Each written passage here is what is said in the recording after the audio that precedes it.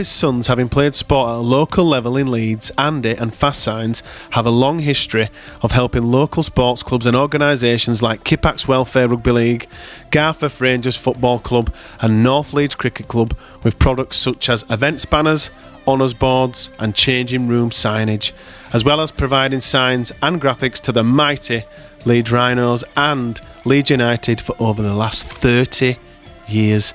So if you're involved in a local sports club, get in touch with Andy and his team for advice and help with your signs. I'm sure he'll do you a great deal if you mention the Lot Pod. Hi everybody, welcome to the Lot Pod, the Leeds Rhinos Lot 17-8 podcast, kindly sponsored by Fast Signs. We're here with a Lot Pod special of sorts. We got the news earlier this week that Gary Hetherington is stepping down as the Rhinos CEO at the end of 2025 season. Eddie, producer Chris and Duncan here. Well, we all knew this podcast was going to happen someday. Did you expect it so soon, producer Chris? I expected it. Well, we didn't do the podcast then, but I fully thought that when Sinfield were here that he were being groomed, as it were, to... Yes. I think he would have left earlier if Kev hadn't have left. It was always going to happen. The biggest surprise for me is that I thought he'd retire, but he's not doing, is he? So I think it's a good move for him, I think. And probably the club as well. He's not daft, is he? He knows when to leave things, I think. The timing feels right, does it feel? Yeah, I think it's... Clubs looks in a good position, Dunk. Well, look at when he took over to what he's left us with. Christ. I know we're going to touch on that, but I think there's some fans that don't realise the job that man's done, and well, they're idiots. I think I agree. I completely agree. Any fan that's talking down this man is an absolute moron, I'm afraid to say. No, I completely agree. If they do exist. Gary Hetherington came in, is an absolutely pivotal figure, probably the most important figure in the history of the history of Leeds Rhinos. Not far off. I can't think of it, and I know we've got these amazing players, and we'll touch on some in this podcast. But I think in terms of importance, guys of our era, yeah, absolutely. I don't think I mean, would we have a club? We might have. I don't think we would. We were saying before we were probably in a position similar to Salford now, and. Fair play to Gary. Fair play, Gary Hetherington. no, but look at the owners. No, right. Look at the owners at Salford that rode in on the white horse and have got all this money. Must have had monopoly money, whereas Hetherington actually, from what he took over to and what he's done, he's given me. In my lifetime, I've seen us win things. Multiple He's times. given us the best memories on the rugby pitch and probably some of the best players to wear a Leeds shirt he's signed. Yeah, and that does not happen. I mean, Paul Caddick's got a lot of influence, but Gary Hetherington got him involved, didn't he, I think? Yeah. So, again, I think we'd have been like Widnes or something like that. I don't think we'd be a Super League club. No, I think we'd have gone. Yeah. And we certainly wouldn't have the stadium. No. And the amount of people that take the mick because it's got one uncovered side. I don't care, it's the away end. Well, it's still best rugby league stadium in the world, isn't it? Well, in the world. Look at the Ashes. Hello, Diane. Yeah. That would not have happened, and that was not an easy task to get over the line. They needed funding, they needed, councils on board, they had to sell test cricket side and do all that deal. Yeah. That's not an easy thing while she's still running the day-to-day of the club. Absolutely. So I don't care anyone saying anything bad about him, then they just don't understand rugby. No. Or wrong. Being a CEO or what it takes. Well, let's try and put a bit more meat on that bone and cast our minds back to November 1996 when the Rhinos faced significant challenges financially, competitively. The club was burdened with £6 million debt. Additionally, they avoided relegation from Super League in 1996. And we were actually, Headingley at the time was under threat of losing its Test and county cricket and the rugby league team on the brink of relegation. There was actually the prospect, you touched on it on the pod before the pod, of the Rhinos moving across to play at Ellen Road. Yeah, I think Leeds United were looking at, and then they went on to have a lot of issues themselves. Yeah, United did. Yeah. First thing to have gone would be Rhinos. Had that happen, yeah. They wouldn't be putting any money in, would they? Mm. And just, you are older, shall I say? That's not what you put on your notes. You are old. You are old.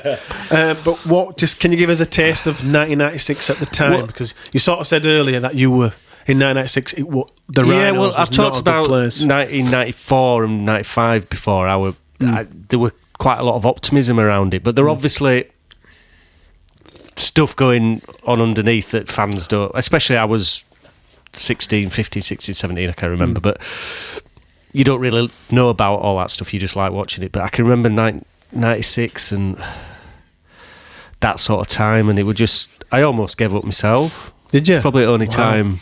It was poor. Because it wasn't because we were losing. I can cope losing, but the whole club was a mess. And then this happening. Well, you don't know, do you? It's just like, at least we've got a club again, but you can't see into the future. But the plans they must have had when they bought it, they put in place over that time. Just unbelievable. But it was dire. It was awful time. And those two people obviously being Gary Hetherington, but Paul Caddick as well. Caddick's financial resources with Hetherington's rugby expertise. Obviously, Hetherington took over the rugby operations, income streams. Caddick, I guess, just put his hand in his pocket and paid for it all. We're kind of speaking about Hetherington here now, and we are going to continue, Duncan, but Paul Caddick deserves just absolutely. As much I don't think there's one without the other, is there? No. No. They didn't. Well, no, because Gary didn't have the money, did he? Like Paul, but did Hetherington convince him to buy Leeds? They were interested in Barry's book. He says they were interested in another club. I can't remember for life of me which Paul one Caddick it is. said that he wanted to buy Castleford and it got blocked.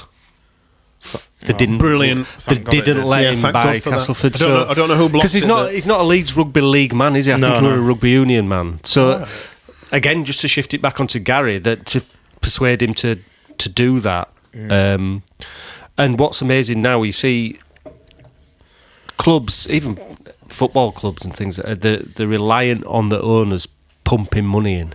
Yeah. Leeds don't put the owners don't put in any money. In fact, I think if you check their accounts, that they actually get money from it, which is how it should be when you're running a business. Well, it's a sustainable business, isn't it? Yeah, and there's not many rugby league teams that can say that they've got a sustainable club, and I think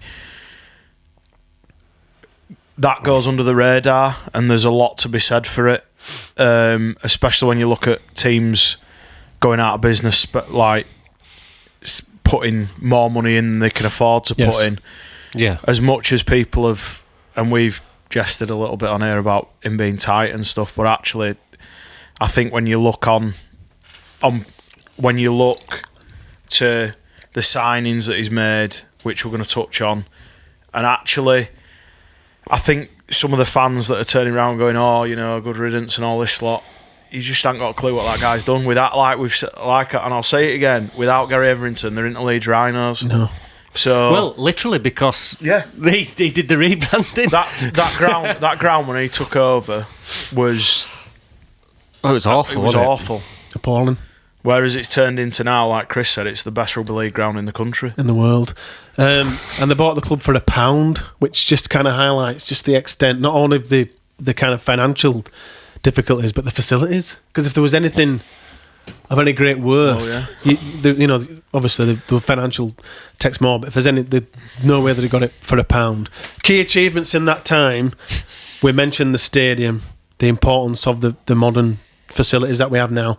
Hetherington spearheaded that redevelopment from the construction of the Carnegie stand, as it was at the time, and now the full south-north stand, the community engagement, the Leeds Rhinos Foundation. I know Gary spearheaded all that. All the other clubs we have, the wheelchair side, the women's side, the netball side, all spearheaded by Gary Hetherington. How do you feel?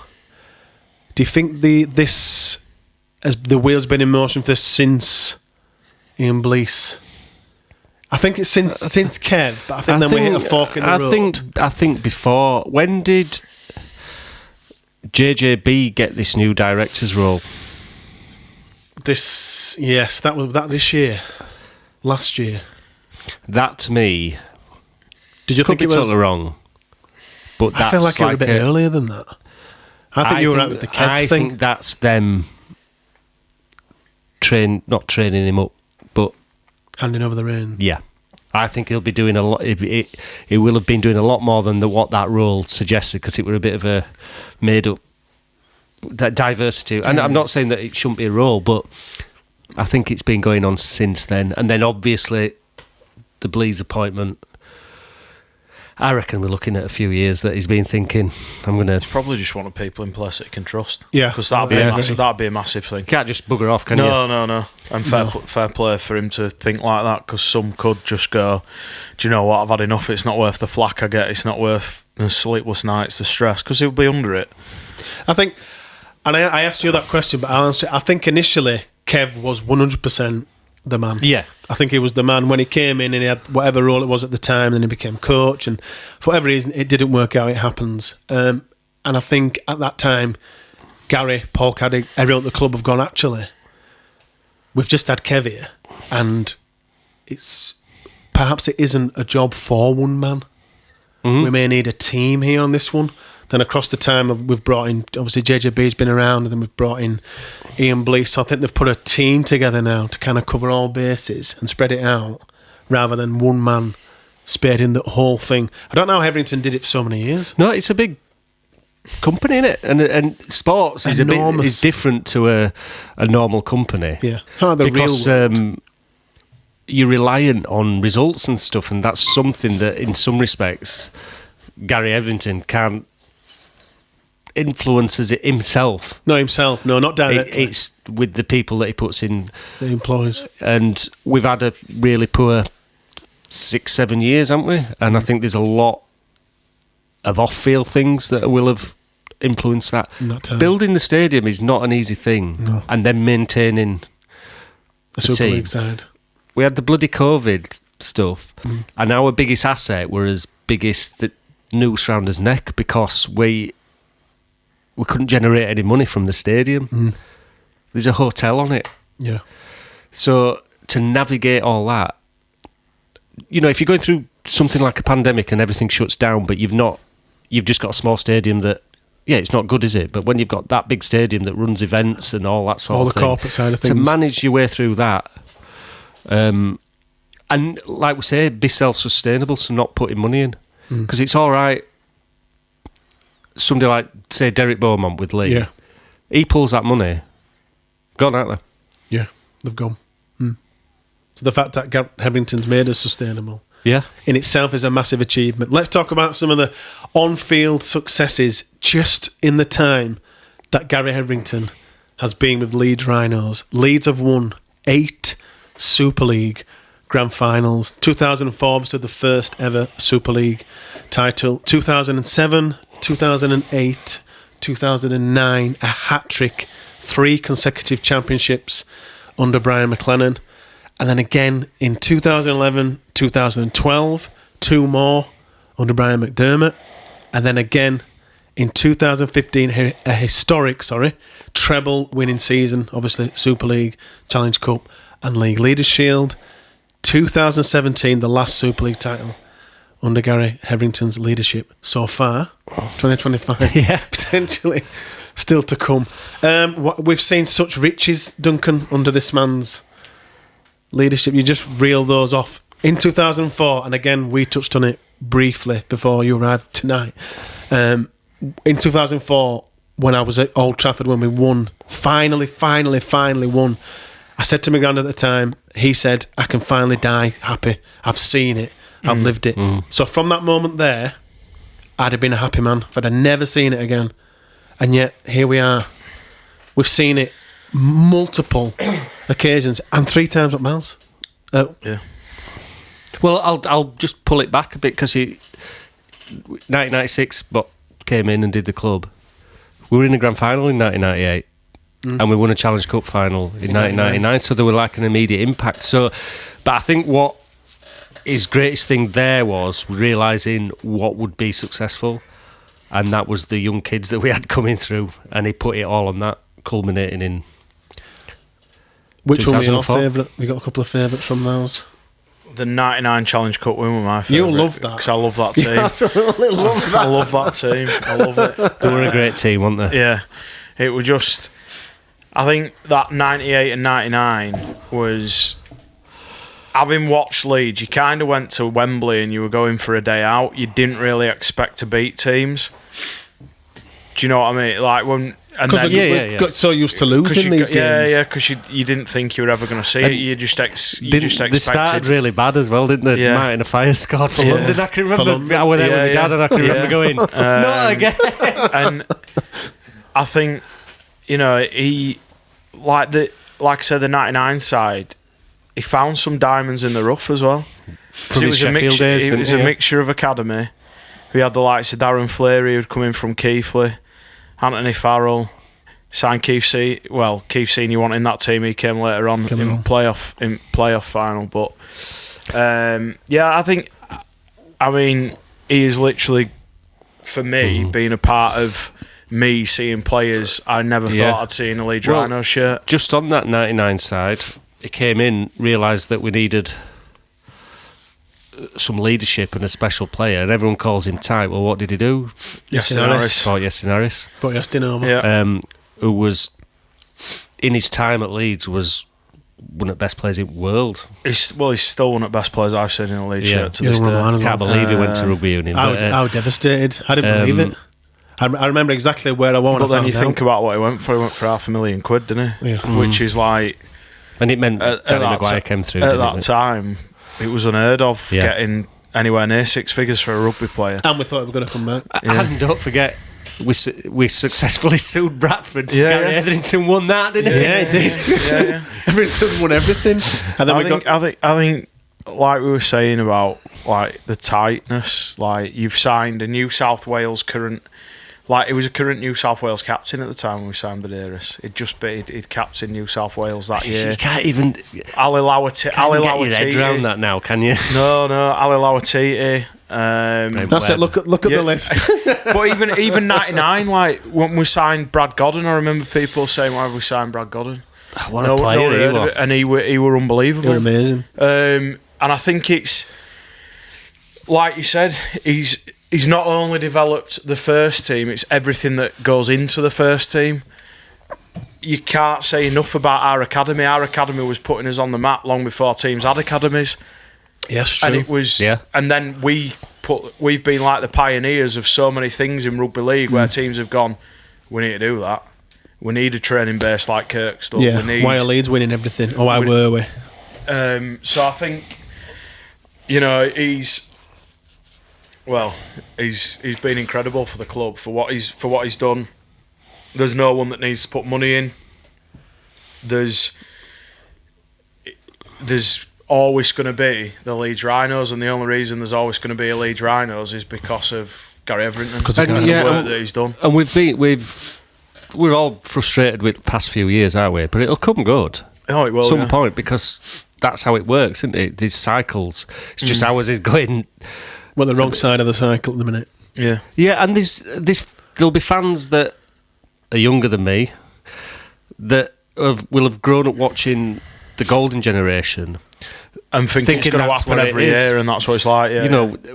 When you're a bit older, you've been watching Leeds being bridesmaids for years, and years, falling short and all that. And he changed that, didn't he? So he did, and he did the same. He's done it. He's done it at other clubs, haven't we? We said beforehand. He's done it at Sheffield Eagles as well. They won the Challenge Cup. They beat that Wigan side. Yeah, they did. That no one could beat. So I think he's just a rugby league man who's really passionate about the sport, and I think there's a lot to be said for it. And I think he's, sometimes he comes in for unfair criticism, and I think people just need to take a look and think, actually, what am I on about? I don't know what I'm on about. Why have I not done a little bit of research? Why don't I just read some of this? Yeah. We got 2 more cups, 2014, 2015. We've had 3 World Club Challenge titles, 2005, 2008. But weren't we the first ones to go over to Australia after that Wigan side in 90? I think so, yeah. I mean, we got absolutely stuffed. We got absolutely stuffed, but but still a big achievement, wasn't it? No one wanted to go over. I mean, we didn't go over with a team that won the grand final. That won the grand final. We went over with a poor version of it. But I think they're always looking. Like, even when you look at like the commercial side, we were one of the first to actually fully, like, he's redeveloped everything at Headingley. Headingley's unrecognisable from what it was when I first started going. There's massive stands around the cricket pitch as well as around the the need for the decent corporate facilities. Yeah, massively. So, he plays a massive part as to why we're self-sustainable. Some iconic overseas players, like Gary Hetherington, has played a crucial role in bringing these, and they are world-class talent, and helping them to build. They came in to help us build one of the most dominant sides in rugby league history. You mentioned Danny Buderis. At the time when that was announced, in fact, I think it is the only signing that I've not believed. Where I've generally said to myself, cover your ears, George, how the fuck have we signed him? Yeah. Australia captain, current New South Wales hooker captain, Aussie legend, Newcastle Knights legend, Danny Buderis. Never again. Not just at the Rhinos, but in Super League. And they were bringing him into a team with Ali Lauatiti, with Danny Maguire, Brent Webb, with Matt Diskin. Well, when we signed Brent Webb had just won the Tri-Nations with New Zealand and was Kiwis. Rated the world's best fullback when we signed him. I'm a hell of a player, wasn't he? I mean, we weren't the guys that he was signing weren't like every team in Super League, and probably there was some NRL clubs that were thinking, let's go out and get Brent Webb, and we were Ali Lauatiti mid-season signing. Mid-season he came in 2004. I remember mid-season. Ali Lauatiti. I remember being stood in the old South Stand watching his debut. Yeah, I've never seen anything like it. I was unbelievable player, wasn't he? Like the ball looked like a peanut in his hand, didn't it? It did. His hands were massive. Always looked really small. They just talk about his current second row as Jesus. How lucky are we to have seen Ali Lauatiti? Yeah. And the thing is, they came in and embraced the club, didn't they? How long did Ali stay for? The club legends, aren't they? Yeah. Even he Danny Buderis till 2011. Was it 2 or 3 years, Danny Buderis? 3 years. Yeah, but he loves the club, doesn't he? And well, they all it shows it when it shows what club you've got when the worst happened with Rob. Yeah, and the amount of people that came back to the club. They all came back. Kylie Luluai. Yeah. You forget, we did sort of. I mean, people like Kylie are a bit different because that's finding a diamond, isn't it? I know he played quite a lot of NRL, again, that's something Hetherington did, didn't it? Found these players. But it's you can't look at it now and go, why aren't we doing it now? Because it's not as easy, is it? No. But you still had to find them. Jamie Peacock, when he signed him, he were Bradford's captain, wasn't he, when we went and Great Britain captain and Great Britain captain. They just won league, haven't they? Yeah, they beat us in league in 2005. Yeah, they just won league for us. And they signed for us. Bring him over here. You mentioned another off-air, Gareth Ellis from Wakey. Yeah, hell of a player. Yeah. Unbelievable. Proof in the pudding because he went over to West, didn't he, and won it out there in 2008. Their player at year for every year he played. They love him out there as well. I was lucky enough to live round corner from Balmain, and when he were playing there. So I got to see him most weeks. Hell of a player. Scott Donald. Another one. Just speedy wingers, plucked him out of nowhere. Yeah. In you come, couple of grand finals, and obviously the other players that came through. Wasn't responsible for discovering them, but probably played a key part. He was responsible in putting the person in place that discovered it. Did it, yeah. And He paid the guy who picked the knowing the importance of the academy and what That's that would what I mean. bring to Played you. a key role in the development and ensuring, and also the retention of these players. Yeah, well, that's Gary Hetherington. that's somebody who's money minded as well. So you can call anyone who calls him tight. Well, don't you want your chief exec to be tight and get them players for not as much money as? I can't remember the speech when Kev said we could all go and we could all play. get more money. We could all get more money if we went elsewhere. We've all had offers, but we stay here because for memories like this with these bunch of How many of bunch offers of would guys. Danny Maguire, Kevin Sinfield, Loads. Rob Burrow have had? Loads. And some took those offers, didn't they? Yeah. But they never. Mark Calderwood. Yeah, Mark Calderwood. No, but they never played as well at the other clubs, did they? No. Richie Mathers went to Gold Coast, didn't it? Gold Coast, and then just ended up flitting around, didn't he? So you can see why players like Danny and Kev and Rob stayed there, because they might get a bit more money, but are they going to get what they've got at Leeds? I mean, I genuinely, at that point. I genuinely in my lifetime don't think I'll see another period like that, and I think that's You're not going to get that. That's what fans are trying to like hold us against, and they don't realise that when you're talking about the names that we're mentioning, like the Maguires, the Burrows, the Sinfields, these guys are like serious generational talents that come across once in a lifetime. Not all together, neither. That we're all together in the same. We're all together in the same team. It's not going to happen. You look at Saints have had a period of domination, haven't they? But it wasn't what were ours. 15 years. When you look at it from even a bit longer. Within that, how many did we lose? Well, yeah, we couldn't win a bloody Challenge Cup. No, we couldn't. But we really struggled. What you might get is like teams like Saints winning 3 titles on trot or 4 or something, but it's not a sustained period of the club being. It's hard as big. to do it for that length of time. I mean, Saints are a successful club, and like you say, they've done. Ours has just come in like that period of the generation of about 15 years where it would just like, what on earth? Well, that's the word, isn't it? It's a generation. It will not happen again to any club. No. At all. You will not get a set of players like that. Then add in the superstars, because that ain't going to happen anymore, because they get paid too much money in Australia. That signing of Badeiras for the younger people is like us going out now and going, right, Nathan Cleary. Yeah.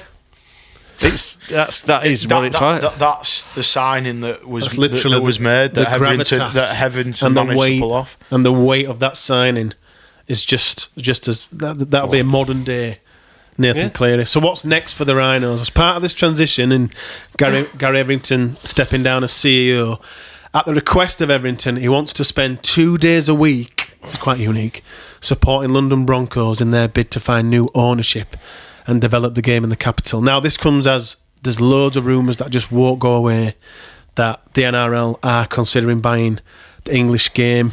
A well-supported team in the capital in Super League makes it more appetising for the NRL and for players, etc., etc.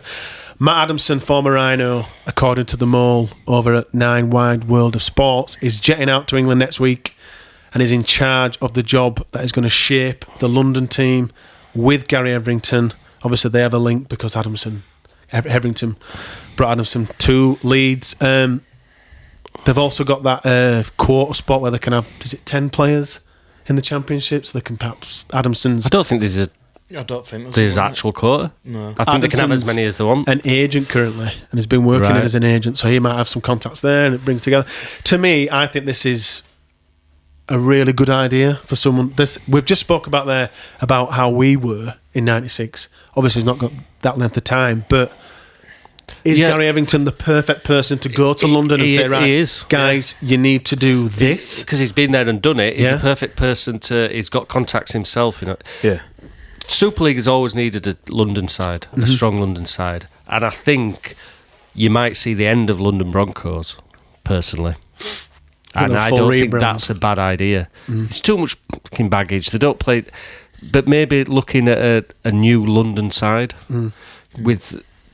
If an NRL team wants to buy him, I've heard rumours about that. And well, I think if you want him to facilitate the growth of the game, you want someone passionate behind it. You want someone who's got contacts, who knows how to run a club, who knows what it takes to run a successful club and give a club longevity, well, I don't think there's anyone else that you can go out and even if he's only there 2 days a week advising, for who he's advising, what an ear to have. And if you can, just need to get some money in there, what they need to put in place, which they used to have, and it were working, was grassroots down there, getting it into schools, getting development officers around London. It's a key thing for Super League. Absolutely, and we mentioned the '99 Cup, didn't they? When they had Virgin on shirts, iconic, isn't it? Yeah. And Richard Branson walking them out. Yeah. Now, unfortunately, it didn't quite take off. But there was a real air of optimism around that, wasn't there? I think London have got. I don't know much about Matt Adamson, obviously, apart from being a player, but that if he can bring the players over and Gary Hetherington can support them in the financial stuff, I think that's a good cocktail for success. And London's desirable, isn't it? Of course it is. Yeah. That's why Catalans end up signing some decent players. Apart from Leeds and Catalan, you don't want to live anywhere near Wigan, and you don't want to live anywhere near St Helens. So you've either got to go to Manchester, which is a fucking dump, or Liverpool. So London, overseas players, Super League, if it's sustainable, and if this is, and again, these NRL rumours are continually circulating, but if this is something that they're saying, right, we just need a London side in there, and then if they're in there for a year, 2 years, 3 years, 4 years, 5 years, then we'll buy Super League. They won't buy Super League without a London side. No, so I don't think they'll buy it without, because everyone in Australia just looks over and says, well, where is Wakefield? I don't know. I don't know Wakefield, but I know and London. They did it with Melbourne over there, didn't they? But they did it properly. We've done it properly with Catalan. I say we. Yes. Super League's done it properly with Catalan. Yes, they have. But you need if you're gonna go for this London side and you're gonna say, right, they're in Super League, put them in and give a bye. But then, as in, you can have a bye week within that because there'll be an odd number of teams. Yeah, you can ring fence them and say, right, promotion, relegation. They can't get IMG score. It doesn't matter. They're exempt. You're exempt. 3 years because that's what they did with Catalan. And then by the time they'd done that, Catalan they were there. Yeah, that's the only way. Danger of them that's going the only down. way you can do it. Yeah, or ring fence them as its own entity. And I don't care if any Luddites moan about it. It's not fair and all that. But it's not fair. Featherstone aren't going to grow rugby league. No offence to Featherstone, but it's every offence to Featherstone. They're not going to grow rugby league. You don't need another team in Wakefield here. The likes of London, another French side, something like that is a little bit more exciting than Cass. Salford. Yeah, but even closer to home, York. It's marketable, isn't it? It's Midlands. It's what you want. Doing good stuff. But you've got to. I think he'll do a great job, and I think he'll get that investment. I hope he does as well. Yeah, really, and good luck to him down there. Leeds have confirmed that JJB will be our new CEO, with Rob Oates becoming our new managing director. These changes will come in place at the end of the current season, and JJB is working closely with Gary Hetherington now to ensure a smooth handover of his responsibilities. JJB has clearly been prepped for this role. We mentioned it earlier. 100%. This succession plan has been in place for a while now. It seems to be that they've brought this team together with new ideas in a new direction. And Hetherington's going to be there for JJB. He's not going to run away, is he? End of the year, he's not going to be like, right, adios. If JJB does need any support, he's going to be it's a different organisation now, isn't it? I agree. It's a solid organisation. I think JJB might be surprising to some people. We don't work with him, do we? No. So all you see with JJB is media stuff and all that. Yeah. He's a switched-on guy. He's run his own business. Yeah. He knows the club inside out. He's got Rob Oates, who does a fantastic job. Really pleased for him getting that MD job. And Sue Gray, she does a fantastic job as well. So there's no reason to be pessimistic about it at all. I think Paul Caddick's not daft, is he? And neither is Gary Hetherington. No. They'll have made sure that this... But the role of the CEO will be to hold people accountable, because he's not exactly like when Hetherington was in charge, he was signing players. Yeah. That's JJ, it's Blaze, isn't it, that's going out and and signing. The role's and been sliced up, hasn't it? Yeah. It's not. I mean, don't get me wrong. It's a massive role within any organisation, but it's not what it once was. It's more now about how do you get the best out of the people that you've got around you. So we'll see what he's like. But like Chris said, there's no one that knows Headingley or Leeds Rhinos probably better than JJB. It reminds me a bit like Chris Ladlinski. Yeah. And he's a CEO. He's never been a CEO before, but he were around the club for a long time, doing a fantastic job. Even Richie Myler looks like he's doing a good job. The thing is as well, you could see JJB doing it for a length of time. Mm-hmm. So you could see him doing that role for 10 years instead of, getting just purely appointing someone as a CEO and thinking, oh, we'll get him in, and you might get him on a 5-year appointment or whatever. Then hand it over. I think we'll see if it works, but I think really you don't really know what's going on in the inner sanctum until. And he is Mr. Leeds Rhinos, isn't he? Oh yeah. God and you'd like to think that if anyone wasn't doing the job correctly in that organisation, he'll pull them up on it. Yeah. So I think might be a really stroke of genius appointment. Are you excited by the future for the Rhinos? Yeah. Yeah, I think Ian Blease was a massive appointment. And I think he was enormous. Again, it's Gary Hetherington that did it. Yeah. And I think, like I say, we know Rob, don't we? And you won't get any more enthusiasm than... I hope he's still in stands. Even though he's MD. He will be. I hope he's still there. So I think... but he's done an amazing job with the commercial side of it. So he'll bring that into MD role. But I think when you look at the appointments, like you touched on JJB, he's got businesses that he runs successfully. He knows the rugby side of things. He may not know the commercial side, but you've got an MD that's grown the commercial side beyond. Yeah, Rob will know the balance sheet and what it should be like. No, but that's it, isn't it? And it's about getting people in the place to do the role that they know, and between the two of them, they've got it covered. Yeah, I know Ian Blease is not particularly young, is he? But I mean, it'll be tough. You said that. Well, Ian, you've just called me old. He's older than me. It's a young, and it should be a young, dynamic, leadership group now, shouldn't it? So, I'm looking forward. I think it'll be good. I think it's an exciting time. We'll just finish the podcast by saying an enormous thank you to Gary Hetherington for absolutely everything. We've seen successes we could have only have dreamt of. Take care, everyone.